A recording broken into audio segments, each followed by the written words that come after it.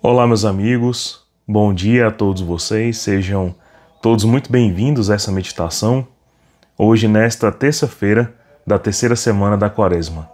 No dia de hoje, celebramos uma solenidade importantíssima.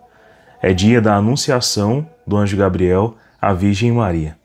Então, mesmo no meio da Quaresma, que é um tempo mais solene, mais sóbrio, mais meditativo, silencioso, para favorecer a nossa conversão, tivemos uma grande festa, que é a festa de São José, que lança em nosso coração uma grande esperança, na santidade que temos buscado, que é o nosso desejo, é o sonho de Deus para nós. Então a gente contempla aquele que foi chamado, para ser pai de Jesus e esposo da Virgem Maria, ou seja, um homem chamado plenamente à santidade, à justiça, às virtudes, Então olhar para ele no meio da Quaresma faz todo sentido, porque nos faz recordar a nossa verdadeira vocação.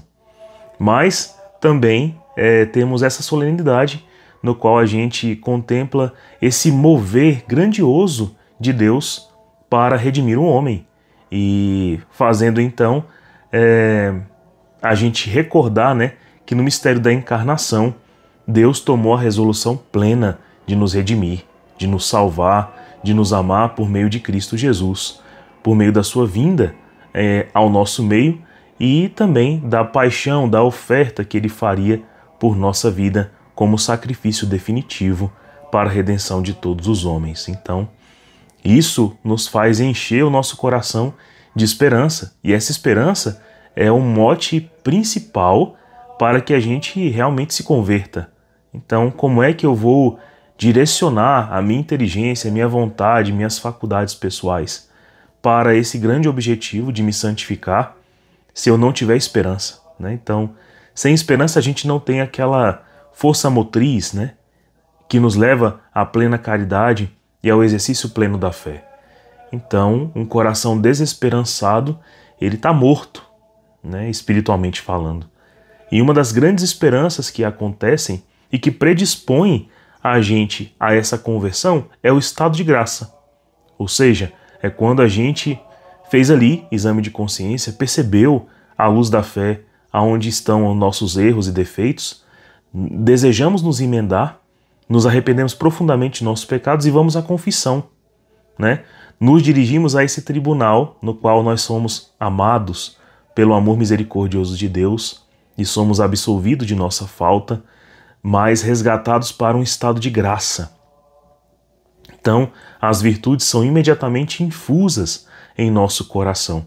E uma delas é a esperança, que nos leva à piedade, nos leva à prática humilde da fé, nos leva ao conselho, ao dom de conselho, ao entendimento de nós mesmos, entendimento do próximo, ciência das coisas, sabedoria sobre Deus. Então, todas essas virtudes infusas em nós nos capacitam, para melhor corresponder ao desejo de santificação. E é por isso que você vai ver hoje que esse objetivo de Deus de nos redimir, nos salvar por meio de Jesus, na encarnação de Cristo no ventre da Virgem Maria, aconteceu graças a um estado de graça. Aonde? Na Virgem Maria. Então, assim como nós esperamos a nossa conversão, nossa remissão dos pecados, a nossa virtude, nossa santidade, e essa santidade, ela é apressada, ela é, como é que eu posso dizer? Ela é melhor vivida quando a gente está em estado de graça, quando a gente está em comunhão com Deus, quando não estamos em pecado mortal, quando não estamos, em pecado venial, quando nós estamos realmente ali sem nenhuma divisa entre nós e Deus. Isso é mais percebido, além de percebido, é mais real. Então, a gente se separa dos pecados, se separa deste mundo e entra em comunhão com Deus por meio do estado de graça, que é esse estado de absolvição depois de uma confissão bem meditada, bem feita e absolvida. Então, a gente entra nesse estado de graça. Então, todas as lâmpadas, digamos assim, se acendem em nós. A lâmpada da vigilância, da caridade, da esperança.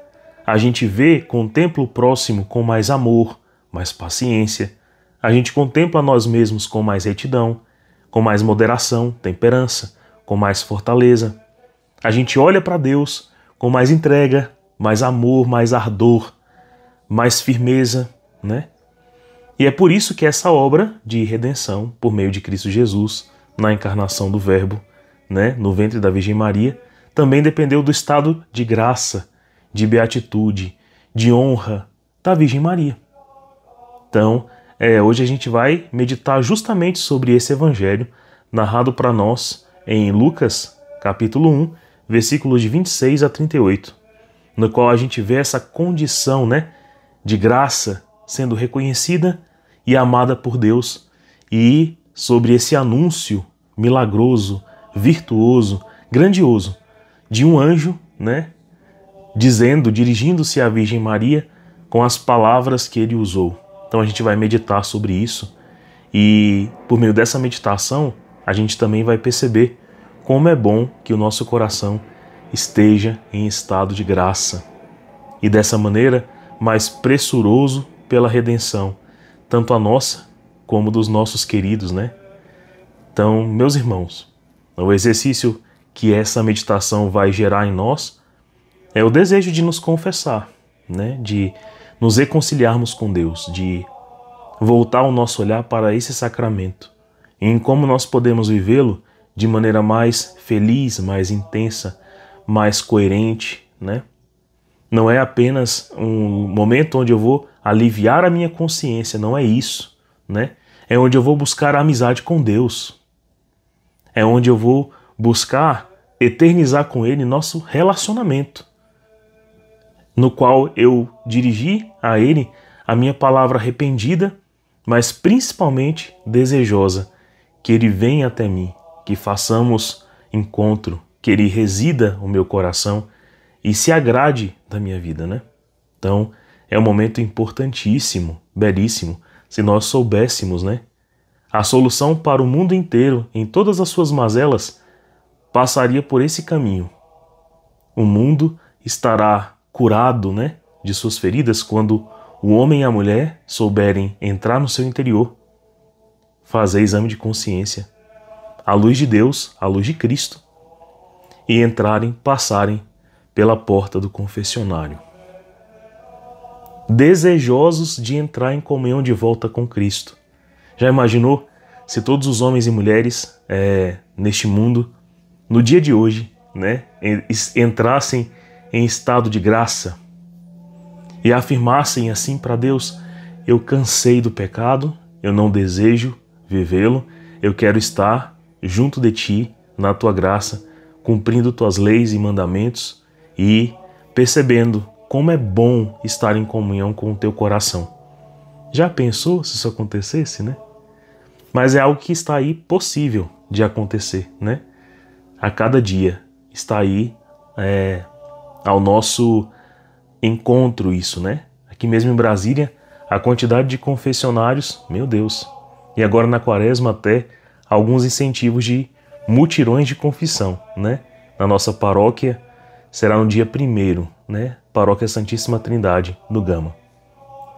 Então vamos rezar, pedindo ao Espírito Santo que nos capacite para tamanho entendimento, né? Também nessa oração eu quero pedir pela saúde do Santo Padre o Papa, pela saúde do Tiba, também pela saúde do nosso pároco, o Padre Marcelino, que recebeu alta, está em casa, em recuperação. Que assim seja, né? Que o Senhor possa tranquilizar seu coração, que tudo vai dar certo e ele plenamente recuperado, né? Depois retorne com um coração cheio de esperança e seja também um período formativo no qual o Senhor dirija a ele as palavras, né? A presença de uma maneira vivificadora, tá bom? Um grande abraço, viu, Padre? Sua bênção. Então rezemos. Estamos reunidos em nome do Pai, do Filho, do Espírito Santo. Amém. Senhor Jesus, aqui estamos na Tua presença e vos pedimos a graça de compreender a Tua palavra no dia de hoje. Dai-nos disposição, Senhor, para compreender como somos amados. Dai-nos também um coração aberto a compreender Qual é a alegria que há no coração da Virgem Maria ao receber tamanho convite para ser a vossa mãe e para ser também nossa mãe espiritual. Dai-nos a graça, Senhor Jesus, de perceber a alegria que existe no coração daqueles que vivem em estado de graça, em estado de comunhão contigo, na tua presença constante, que podem te ver, te ouvir, podem te obedecer com liberdade, podem ter, de fato, a inteligência livre para a tua inspiração e a vontade desprendida para o cumprimento da tua vontade. Por isso, Senhor Jesus, eu te peço, dai-nos um coração semelhante ao ardoroso coração da Virgem Maria. Dai-nos um coração semelhante ao coração desta nossa mãe querida e amada, que vos contempla com generosidade, com boa ação o tempo inteiro, que não tira os olhos de ti. Dai-nos, Senhor Jesus, a mesma autoridade para com esse dom que o Senhor distribui a nós, dom de sabedoria, de entendimento, dom de conselho, de temor de Deus, de fortaleza, de piedade, de humildade. Dai-nos, Senhor Jesus, daquilo que somos tão carentes, mas precisamos para nos converter. Essas virtudes que são infusas nos corações dos arrependidos, dos contritos, dos penitentes, das almas que vos amam, que vos buscam ansiosamente todos os dias, que se levantam cedo, que se deitam tarde, esperando que na graça do vosso amor e da vossa presença tudo se renove. Assim seja, por intercessão de nossa Mãe, a Virgem Maria Santíssima. Ave Maria, cheia de graça, o Senhor é convosco. Bendita sois vós entre as mulheres, bendito é o fruto do vosso ventre, Jesus. Santa Maria, Mãe de Deus, rogai por nós, pecadores, agora e na hora de nossa morte. Amém. Ao glorioso São José, rogai por nós. Bom, o evangelho de hoje está narrado, como dito, em Lucas 1, versículos de 26 a 38, e diz assim: Naquele tempo, o anjo Gabriel foi enviado por Deus a uma cidade da Galiléia chamada Nazaré, a uma virgem prometida em casamento a um homem chamado José. Ele era descendente de Davi, e o nome da virgem era Maria. O anjo entrou onde ela estava e disse: Alegra-te, cheia de graça, o Senhor está contigo. Maria ficou perturbada com essas palavras e começou a pensar em qual seria o sentido da saudação. O anjo então disse-lhe: Não tenhas medo, Maria, porque encontraste graça diante de Deus. Eis que conceberás e darás luz a um filho, que porás o nome de Jesus. Ele será grande, será chamado Filho do Altíssimo, e o Senhor Deus lhe dará o trono de seu pai Davi. Ele reinará para sempre sobre os descendentes de Jacó, e o seu reino não terá fim. Maria perguntou ao anjo: Como acontecerá isso, se eu não conheço homem algum? O anjo respondeu: O Espírito virá sobre ti, e o poder do Altíssimo te cobrirá com sua sombra. Por isso o menino que vai nascer será chamado Santo, Filho de Deus. Também Isabel, tua parenta, concebeu um filho na velhice. Este já é o 6º mês daquela que era considerada estéril, porque para Deus nada é impossível. Maria então disse: Eis aqui a serva do Senhor, faça-se em mim segundo a tua palavra. E o anjo retirou-se. Meus irmãos, essa palavra, ela realmente é inesgotável. Todas as vezes que a gente medita sobre ela, um novo aspecto, uma nova luz ilumina a nossa vida de maneira a produzir em nós uma conversão mesmo, bem plena. No dia de hoje, a gente vai se fixar no significado da graça aqui presente nesta palavra. O que seria essa graça? Bom, nós já entendemos que o objetivo de todos os homens, em toda a sua história, por mais que às vezes o homem venha a bater a porta errada, ou não tenha o auxílio pleno, para reconhecer o que ele está buscando, mas todo homem procura conhecer a Deus. Em todo homem há um grande desejo de sentido. Em todo homem há uma busca pela verdade. E essa verdade vai depondo todas as mentiras e todas as buscas erradas e desenfreadas do seu coração. Então, todo homem que pisou nessa terra, que nasceu nessa terra, Desde o primeiro gemido, do primeiro choro, da primeira expressão, deseja o bem, deseja a verdade, né? Então, desde a criança ao idoso, desde o sábio ao nécio, todos aqueles que pisaram neste mundo querem conhecer o bem, experimentar o bem, comungar do bem, de um bem verdadeiro, que não passa, não é fugaz, não é volátil, não escorre por entre as nossas mãos, mas um bem que fique, né? Por mais que às vezes o homem tenha uma inteligência um pouco corrompida por suas ideias, por suas doutrinas, por mentiras que foram ditas ao pé de seus ouvidos, o homem quer o bem. E às vezes até ao errar também queria o bem, né? Então que o demônio não se engane. Ele só consegue tentar um homem se ele tentar apresentar para o homem e para a mulher alguma coisa que possa parecer com o bem, parecer com a verdade, parecer com aquilo que sustenta e alimenta realmente a nossa alma. Então todo homem busca o belo, o eterno e o verdadeiro. Por mais que às vezes erre, ou por tentação do demônio, ou por falta de sabedoria. Mas o homem não pode por si só chegar a isso, porque nós percebemos que a nossa natureza mesmo foi deteriorada por causa do pecado. Então, ao homem não existe a plena sabedoria. Também não existe o pleno amor, a plena capacitância, a plena busca, porque a sua vontade está comprometida nas paixões, que estão desordenadas.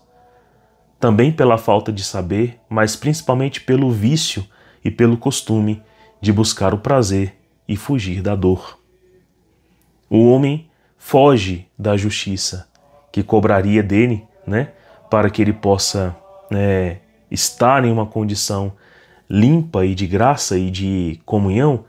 O homem foge do sofrimento, foge da morte. E a morte está em seu encalço, também por uma marca do pecado.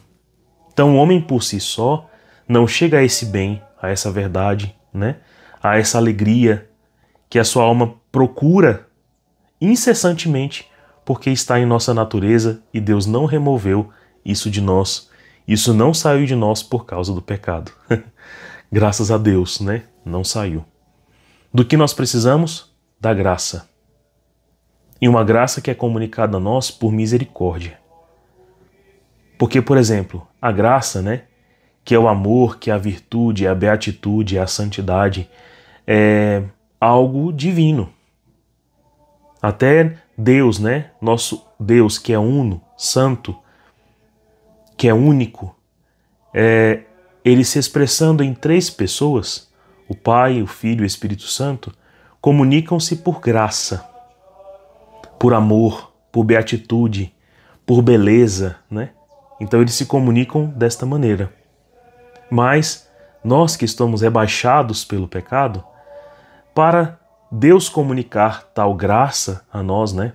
Tal beatitude a nós, tal beleza a nós, beleza na sua doutrina, na sua palavra, na sua igreja, no seu corpo, no seu sangue, nas virtudes, né? Na cura que essa beatitude gera em nosso coração contra a doença, contra a enfermidade, contra a morte. O amor de Deus, o amor é mais forte que a morte. Supera a morte, né? É superabundante em tudo. Supera as tentações, supera a fraqueza, a debilidade. O amor de Deus é isso. E como Deus comunica isso aos homens? Como que Deus comunica isso a nós? Então, de diversas formas, a gente percebeu Deus comunicando essa graça a nós por meio dos profetas, da lei, dos reis, dos sacerdotes. E nessa oferta sempre há um sacrifício, né? Sempre há uma oblação, sempre há um esforço imenso, tanto de Deus em se comunicar a nós, como do homem em transmitir essa mensagem a todos os outros. Mas em todo esse esforço de Deus, há um rebaixamento dele.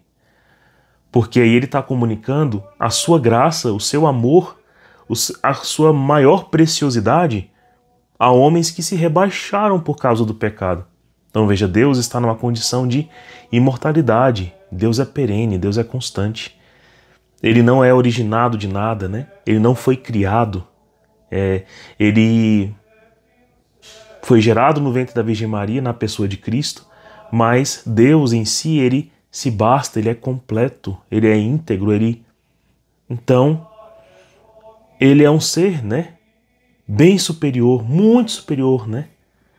Para dar a nós essa graça de vida plena, agora que nós caímos pelo pecado, né?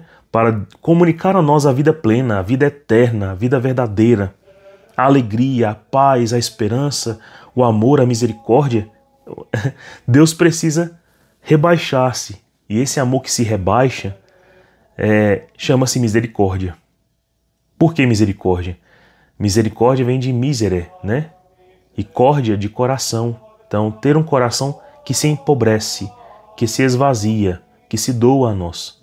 Então, Deus tem esse coração que se doa a nós, se rebaixa, se reclina, para que o homem possa conhecê-lo e assim amá-lo, né?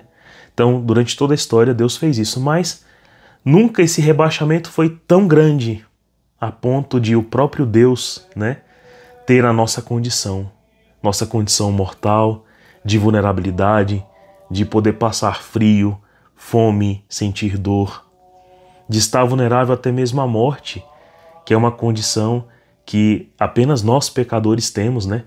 Então Deus, Jesus, também foi morto neste mundo, né? Torturado, humilhado, esquecido, né? Pelos homens, negligenciado pelos homens. Então, Deus fez esse rebaixamento de si. Fez-se homem, encarnou-se no ventre da Virgem Maria, sem nunca, né, ser tocado pelo pecado, sem nunca ser ofendido em sua natureza essencial, sem nunca deixar de ser amor e todo amor, sem nunca deixar de ser Deus, sem nunca deixar de ser pleno, ser eterno. Mas ele se dispôs a isso, a esse rebaixamento, a essa misericórdia de nascer, de estar conosco, presente, né? Então, que alegria contemplar isso na Quaresma, quando nós estamos pensando, decidindo em de repente nos tornar diferentes, em nos converter, em parecer com Cristo, em ouvir a sua voz, em mudar de vida. Aí Cristo revela a nós, por meio desse evangelho, que ele se rebaixou, né? Que ele saiu daquele trono de graça, de beatitude plena na comunhão ali com Deus, para um trono também digno, também beatificado, também todo preparado, todo ornado de flores, de perfumes, de virtudes, de odores santos, que é o útero da Virgem Maria, que é o ventre de Nossa Senhora. Este é o trono que ele quis assentar-se, né? Porque permaneceria revestido de glória, de louvores, de adoração, de um coração tornado santo por Deus. E como que a gente percebe isso? Porque a Virgem, né, que ali estava, que já tinha direitos matrimoniais de São José, este que era descendente de Davi e conforme a profecia, seria então aquele que iria dar o trono a Jesus, um trono imperecível para libertar todo o povo, né, de Deus do pecado. Ela foi então visitada pelo anjo e o anjo disse: Ave cheia de graça, alegra-te. Ou seja, por que ela pode alegrar-se? Porque ela é cheia de graça. Porque a graça está lá. Então, o anjo, ao contemplá-la, né, antes até de anunciar que ela seria mãe do Salvador, antes ainda de conceber Jesus em seu ventre, o anjo anuncia isso a ela: alegra-te. Existem em você todos os motivos para o louvor, para a alegria, para a esperança. Por quê? Porque você está cheia de graça, repleta da graça. Não há nela nenhuma mancha, nenhuma ruga, nenhuma má tendência, nenhuma má inclinação. O anjo não viu isso. Ela está repleta, cheia, plena, plenificada por essa graça. Então há motivo para alegria. É por isso que há uma genuína alegria no coração do homem quando ele faz exame de consciência, vai ao confessionário, pede perdão sincero e é absolvido por Deus. É por essa misericórdia, pelo sangue de Cristo ali derramado sobre nós durante a confissão. Por quê? Porque a gente se torna dignamente capaz de se alegrar por uma coisa genuína, por uma coisa duradoura, por uma coisa perene, uma coisa forte. Nós fomos perdoados. Então alegra-te, filho, alegra-te, filha, porque você foi redimido pelo sangue de Cristo. Há motivo para a graça, há motivo para a alegria. O Senhor está contigo, o Senhor está contigo. Lembra-se que, por causa do pecado, nós não estávamos na presença de Deus, né? Isso é até dado a nós a entender lá no livro de Isaías, capítulo 7, quando é dito lá: pois bem, o próprio Senhor vos dará um sinal, eis que uma virgem conceberá e dará à luz a um filho, e lhe porá o nome de Emanuel, porque Deus está conosco. Ou seja, esse é o sinal de que Deus está conosco. É quando Ele nos tira do pecado, coloca em nós a graça suficiente, e nessa graça Ele reside, Ele mora, Ele fica, Ele está conosco. E essa condição foi dada à Virgem Maria conforme diz aqui no Evangelho. Alegra-te, ó Virgem, você é plena da graça, o Senhor está contigo. Então imagina um anjo ao sair ali da presença de Deus, né, do Pai, adorando, louvando eternamente, procurou na terra achar a Virgem Maria, achar aquela que estava plena da mesma graça, que era residida por Deus. E só encontrou, meu Deus, só encontrou em outros corações, né, desolação, medo. E uma desolação, e um medo, e uma tristeza, e uma apatia reais. Por quê? O pecado gera isso em nós. O pecado nos arrefece na caridade, destrói nossa esperança, aniquila a fé, incapacita a boa ação, incapacita o coração para a boa obra, para a boa vontade, desanima, deprime, humilha, né? O pecado gera uma condição totalmente avessa a essa presença de Deus. E o pecado é isso, o pecado é dizer a Deus conscientemente que você não o ama. Ah, Fábio, eu nunca disse isso nos meus pecados, mas é o que dizemos, porque quando nós pecamos, nós conscientemente, né? Porque o pecado exige que seja consciente, que eu saiba que aquela matéria é ruim, que eu saiba que aquela matéria é grave, e mesmo assim consinta. Então, eu sei que aquilo é mal e eu o faço. Então, eu digo para Deus que eu não o amo, que eu não amo suas leis, que eu não amo a sua vontade, que eu ainda estou com a minha vontade posta nas minhas paixões, que eu ainda não me converti. Então há uma separação ali. E veja como se diz por São Paulo em Hebreus: irmãos, é impossível eliminar os pecados por meio de sangue de touro e bode. Por isso, ao entrar no mundo, Cristo afirma: tu que quiseste vítima nem oferenda, mas formaste-me um corpo. Não foram do teu agrado holocaustos nem sacrifícios pelo pecado. Por isso eu disse: eis que venho. No livro está escrito a meu respeito: eu vim, ó Deus, para fazer a tua vontade. Então quem é que veio nos dar essa condição de volta, de unidade? Cristo. Esse que nasce hoje, que é concebido hoje no ventre da Virgem Maria, né? O trono de graça preparado por Deus. Então lá está Jesus sendo formado no ventre da Virgem Maria. Por quê? Porque ela teve a condição de graça e teve a condição de alegria. Então, se os homens hoje, por causa do pecado, são desolados, tristes, abatidos, fracos, aqui existe força, coragem, ânimo, alegria, esperança verdadeira, e isso não passa. É tanto que o cântico da Virgem Maria é bem alegre, se você for reparar, né?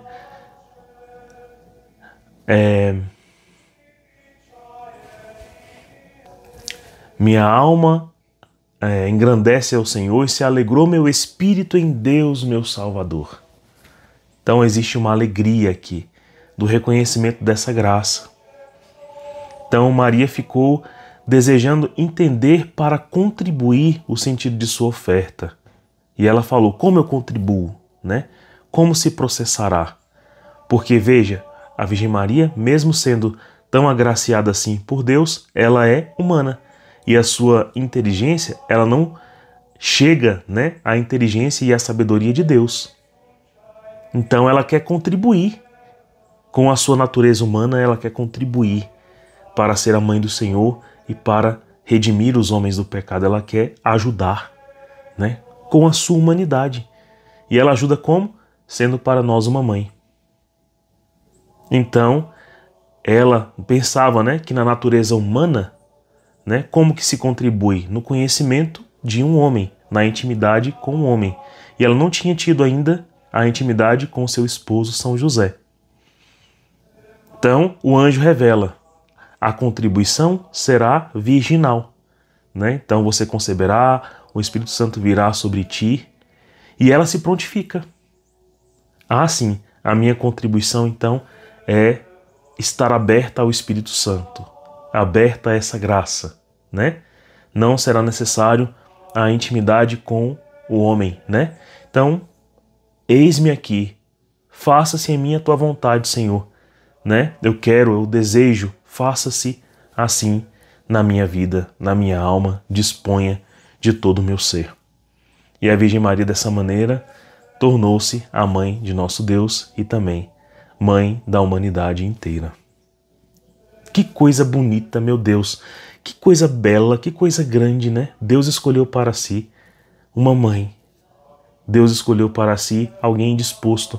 Deus escolheu para si alguém alegre, alguém feliz, alguém cheio de esperança. Portanto, meus irmãos, por mais que a gente esteja em um período de silêncio, de recolhimento, né?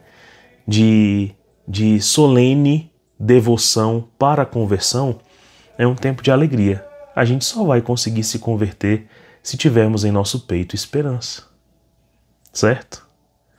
Então, eu vou ler aqui um trecho sobre a verdade da redenção de Cristo, né? Do nosso livrinho de Quaresma de São Tomás, que diz assim: pelo pecado, nossos primeiros pais, toda a raça humana foi alienada de Deus, conforme se ensina no 2º capítulo da carta de Efésios. Desse modo, não foi do poder de Deus que fomos apartados, mas daquela visão da face de Deus, a qual são admitidos os filhos e os servos. Foi aí então que nós caímos sobre o poder roubado pelo demônio. O homem concedeu a vontade do demônio e, deste modo, fez-se sujeito ao demônio. Sujeito, isto é, naquilo que está ao seu alcance, pois já que ele não tem propriedade de si mesmo, mas sim propriedade do outro, ele não poderia realmente dar-se por inteiro ao demônio. Nem que o homem queira ser tão mau assim, ele consegue. Por sua paixão, então, Cristo fez duas coisas. Ele nos libertou do poder do inimigo, conquistando através das virtudes que eram o exato oposto daqueles vícios pelos quais o inimigo havia conquistado o homem, expressamente pela humildade, pela obediência e pela austeridade no sofrimento, ao que ia na direção completamente oposta ao gosto do fruto proibido.